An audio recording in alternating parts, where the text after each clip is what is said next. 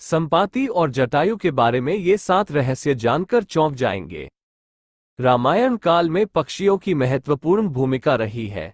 एक और जहां कौए के आकार के काक भुजुंडी की चर्चा मिलती है, तो दूसरी ओर देव पक्षी गरुड़ और अरुण का उल्लेख भी मिलता है।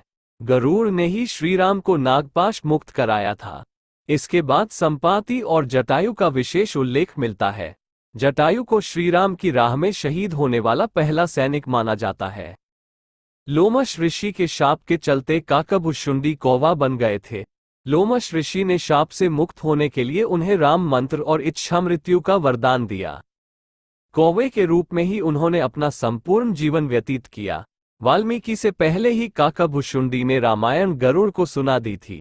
इससे पूर्व हनुमान जी ने संपूर्ण रामायण पाठ लिखकर समुद्र में फेंक दी थी। वाल्मीकि श्रीराम के समकालीन थे और उन्होंने रामायण तब लिखी जब रावण वध के बाद राम का राज्याभिषेक हो चुका था। खैर, आओ जानते हैं संपाति और जटायु के बारे में ऐसी बातें जो अपने अभी नहीं जानी होगी। उल्लेखनीय है कि रामायण में संपाति और जटायु को किसी पक्षी की तरह चित्रित नहीं किया गया है, लेकिन रामचरितमानस में ये भिन्न है। रामायण अनुसार जटायु गृद्धराज थे और वे ऋषि ताक्षर्य कश्यप और विनीता के पुत्र थे। गृद्धराज एक गिद्ध जैसे आकार का पर्वत था। जटायु के बारे में पहला रहस्य। संपाति और जटायु कौन थे? राम के काल में संपाति और जटायु नाम के 2 गरुड़ थे। ये दोनों ही देव पक्षी अरुण के पुत्र थे। दरअसल प्रजापति कश्यप की पत्नी विनीता के 2 पुत्र हुए गरुड़ और अरुण। गरुड़ जी विष्णु की शरण में चले गए और अरुण जी सूर्य के सारथी हुए। संपाति और जटायु इन्हीं अरुण के पुत्र थे। कहाँ रहते थे जटायु? पुराणों के अनुसार संपाति और जटायु 2 गरुड़ बंधु थे। संपाति बड़ा था और जटायु छोटा। ये दोनों विंध्याचल पर्वत की तलहटी में रहने वाले निशाकर ऋषि की सेवा करते थे और संपूर्ण दंडकारण्य क्षेत्र विचरण करते रहते थे। एक ऐसा समय था जबकि मध्य प्रदेश छत्तीसगढ़ में गिद्ध और गरुड़ पक्षियों की संख्या अधिक थी, लेकिन अब नहीं रहा।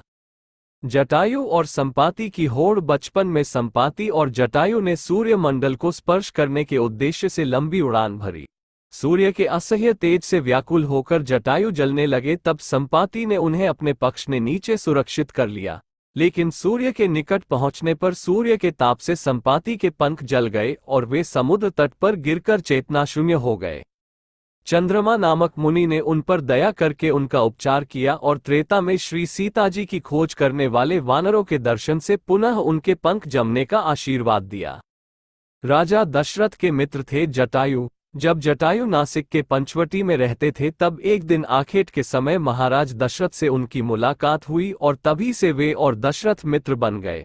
वनवास के समय जब भगवान श्रीराम पंचवटी में पर्णकुटी बनाकर रहने लगे, तब पहली बार जटायु से उनका परिचय हुआ। जटायु का बलिदान। रावण जब सीताजी का हरण कर लेकर आकाश में उड़ गया, तब सीताजी का विलाप सुनकर जटायु ने रावण को रोकने का प्रयास किया, लेकिन अंत में रावण ने तलवार से उनके पंख काट डाले। जटायु मरणासन होकर भूमि पर गिर पड़े और रावण सीताजी को लेकर लंका की ओर चला गया। सीता की खोज करते हुए राम जब रास्ते से गुजर रहे थे, तो उन्हें घायल अवस्था में जटायु मिले। जटायु मरणासन थे। जटायु ने राम को पूरी कहानी सुनाई और यह भी बताया कि रावण किस दिशा में गया है।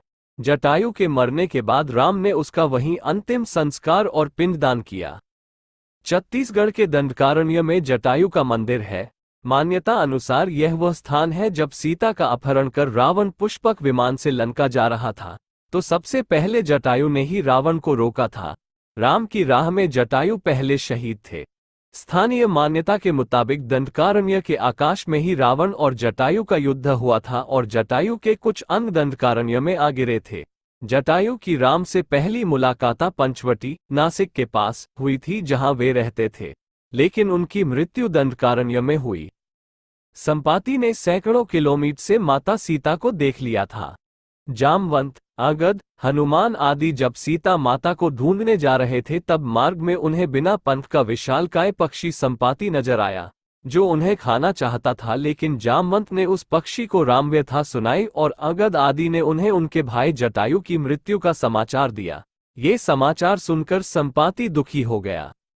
संपाति ने तब उन्हें बताया कि हाँ, मैंने भी रावण को सीता माता को ले जाते हुए देखा। दरअसल जटायु के बाद रास्ते में संपाति के पुत्र सुपार्श्व ने सीता को ले जा रहे रावण को रोका था और उससे युद्ध के लिए तैयार हो गया, किंतु रावण उसके सामने गिड़गिड़ाने लगा और इस तरह वहां से बचकर निकल आया।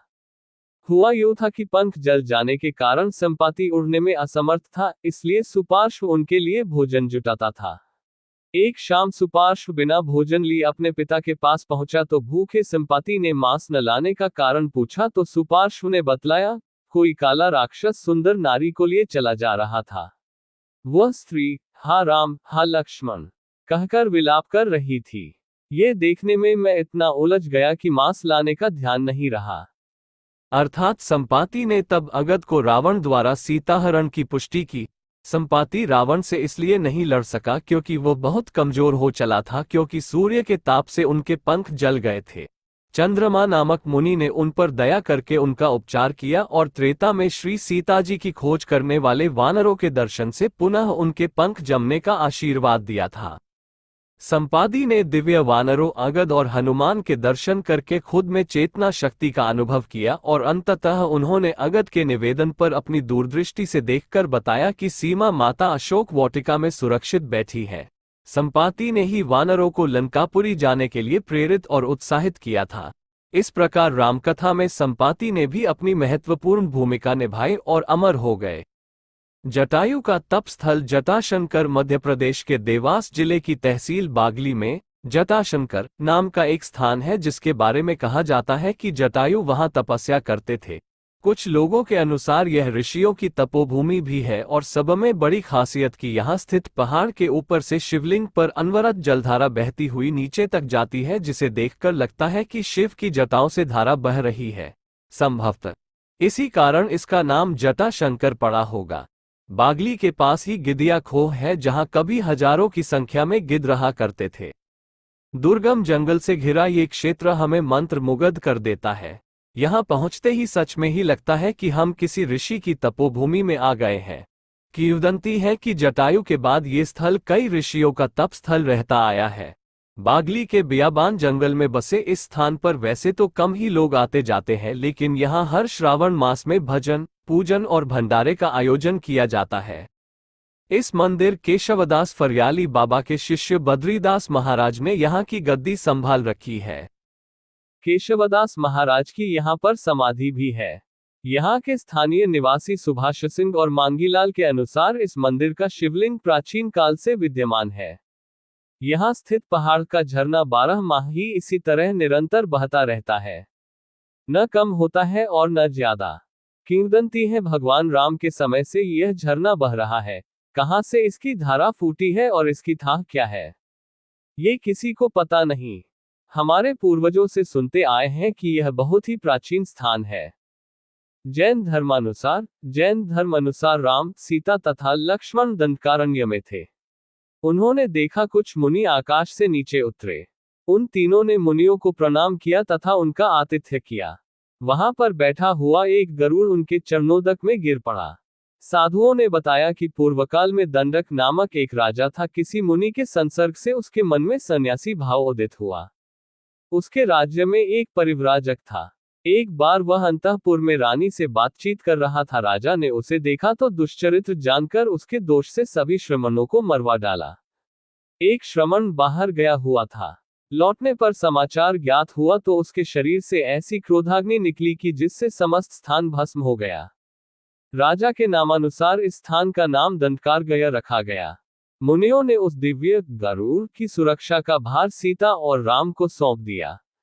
उसके पूर्व जन्म के विषय में बताकर उसे धर्मोपदेश भी दिया। रत्नाभ जटाएं हो जाने के कारण वह जटायु नाम से विख्यात हुआ।